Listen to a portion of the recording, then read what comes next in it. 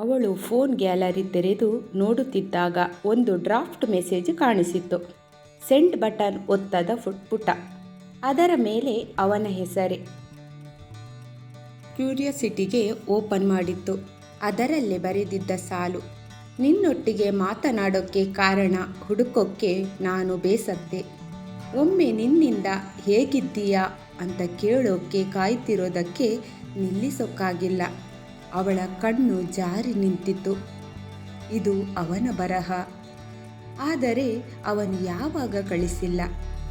Flash back. ಪ್ರತಿದಿನ class ಮುಗಿದ ಮೇಲೆ ಇಬ್ಬರು ಒಂದೇ ರಸ್ತೆ. ಅವನು ಯಾವಾಗಲೂ ಅವಳಿಗಿಂತ ಕೆಲವು ಹೆಜ್ಜೆ ಹಿಂದೆ ನಡೆದು ಬರುತ್ತಿದ್ದ. ಕೇಳಬೇಕಾದ ಪ್ರಶ್ನೆಗಳು, ಹೇಳಬೇಕಾದ ಭಾವನೆಗಳು ಅವನ ಹೃದಯದಲ್ಲೇ ಸಿಕ್ಕಿ ಹಾಕಿಕೊಂಡಿದ್ದವು. ಒಂದು ದಿನ ಅವನು ಸಡನ್ ಆಗಿ ಸಿಟಿ ಬಿಟ್ಟುಬಿಟ್ಟ. ಹೋಗೋ ಮುಂಚೆ ಕಳಿಸಬೇಕಿದ್ದ ಮೆಸೇಜ್ ಡ್ರಾಫ್ಟ್ ಆಗಿಯೇ ಉಳಿದು ಹೋಯಿತು. Back to present. ಅವಳು ಫೋನ್ ಕ್ಲೋಸ್ ಮಾಡಿ ಮೃದುವಾಗಿ ನಗುತ್ತಾಳೆ. ಒಮ್ಮೆ ನಿನ್ನಿಂದ ಕೇಳಬೇಕಾದ ಪ್ರಶ್ನೆ: ಹೇಗಿದ್ದೀಯಾ?